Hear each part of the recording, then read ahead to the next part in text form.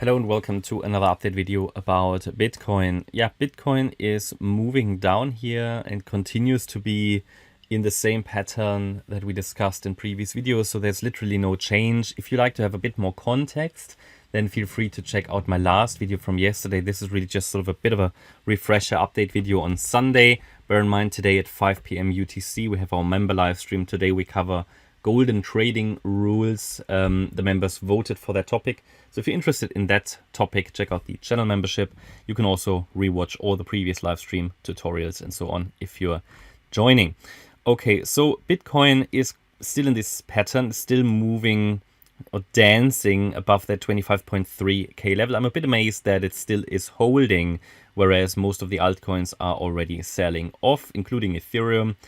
Bitcoin is still holding that support, and as I said yesterday, sometimes when there's a lot of fear in the market, you don't get these last lows. It can definitely happen. Bitcoin has done enough to the downside to complete this correction. I've said that now many times, because it also reached that 25.3k level that I wanted it to reach. You know, eventually we got there somehow, even though it wasn't exactly in the way as initially outlined, but that is normal in a correction. In a correction, you always get patterns to morph into each other. And when you know that you're in an ABC or a WXY or even an ending diagonal structure, you basically have to expect those changes in wave structure.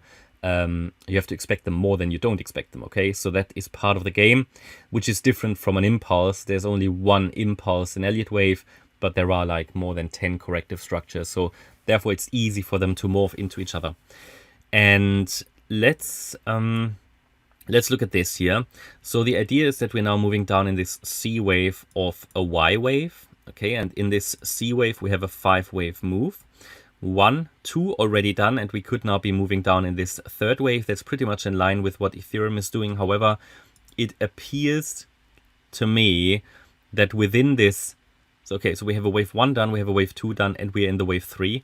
In the wave 3, because the C wave is an ending diagonal, in all of these subwaves we have corrective subwave structures, okay? So that's why I put the detailed count on there for the third wave as an A wave, a B wave, and a C wave.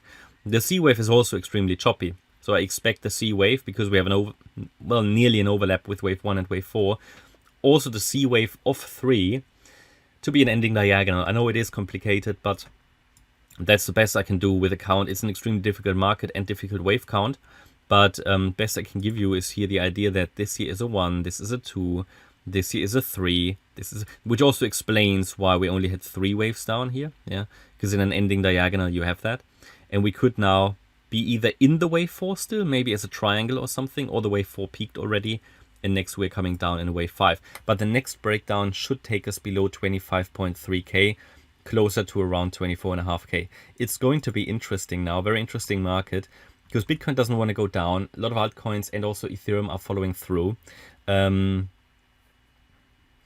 Most altcoins hadn't confirmed in any way a trend reversal, so they are just following through. Ethereum as well. Ethereum is doing what we wanted, getting closer to 1660. And for Bitcoin, it would look better with one more low or maybe even 2 more lows into the 24 to 24.5k area. But let's see if Bitcoin breaks above the wave 2 high, which is at 26,830. Then I think we have to prepare for more chop, and it might actually reach the top of that channel again. It wouldn't necessarily be bullish. Yeah? We then might have to unpack the high B wave again, have to think about, okay, is this resetting a B wave higher? Yeah, it's you know, I hope we don't get more chop. I hope it just follows through. The fact that the daily RSI is not close enough to 30 really for me means that we have to prepare for another flush to the downside. I don't know what happens then with many of the altcoins. Let's see. But I've said many times that 95 to 99% are going to die anyway at some point. Yeah, it is what it is, right? But yeah, so we'll see. I don't necessarily think this is the time for the altcoins to die yet, but I think we need some proper capitulation. And what amazes me as well is that in this wave 2 currently, you know, not much happened with Bitcoin Ethereum. Not much happened. I mean, Ethereum, yeah, is following through finally, but it's also far away from invalidating in any way a bullish scenario. I mean, Bitcoin here could still drop round about like 15%, 14.5%, without significantly shifting probabilities towards a more bearish setup. Yeah, I'll keep observing that for you. Hope you liked the update. If you did, please hit the like button, leave a comment and subscribe. And if you really like the content, then please check out the channel membership. Thanks a lot for watching. Bye-bye.